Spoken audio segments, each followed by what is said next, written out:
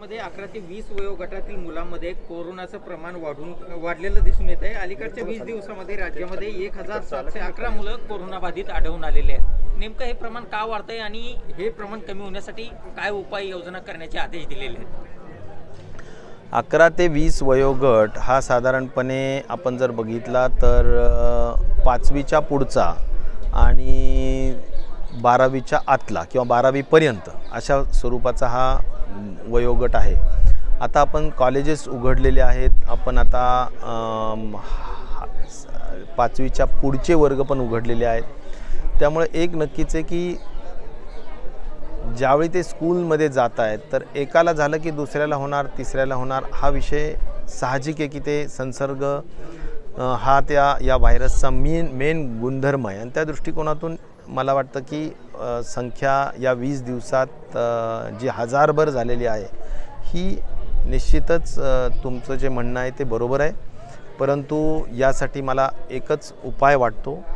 आज टास्क फोर्सची मीटिंगसुद्धा आहे, माझी टास्क फोर्सच्या काही लोकांशी चर्चासुद्धा झालेली आहे आणि त्यामध्ये त्यांचं स्पष्ट मत येतं आहे। मी माननीय जे मनसुखभाई मंडविया जी आहेत स्वास्थ्य मंत्री भारत सरकार, त्यांनाही हे बोललो आहे की जगामध्ये जर आता वय वर्ष 11 ते 18 हा जो काय आता लेफ्ट आउट वयोगट आहे पण तो फिरतोय, शाळेत जातोय आणि त्यापेक्षाही परिणाम असा आहे की त्यांना सिरियसनेस होत नाही। जर आपण बघितलं तर त्यांचा मृत्यू वगैरे काही होण्याचा विषय दिसतच नाही। सिरियस पेशंट्स होत आहेत ते पण दिसत नाही। पण हे लहान मुलं 5वी 6वी 7वी 8वी 9वीचे हे मुलं ज्यावेळी त्यांच्या घरी जातात तर त्यांच्या आजोबांना, त्यांच्या आजींना, त्यांच्या वयस्कर लोकांना, आईवडिलांना सुद्धा इन्फेक्ट करू शकतात आणि त्यामुळे मला वाटतं त्यांना सुद्धा कुठल्याही परिस्थितीत आपण वॅक्सिनेशन केलं पाहिजे, त्यांचंही लसीकरण केलं पाहिजे।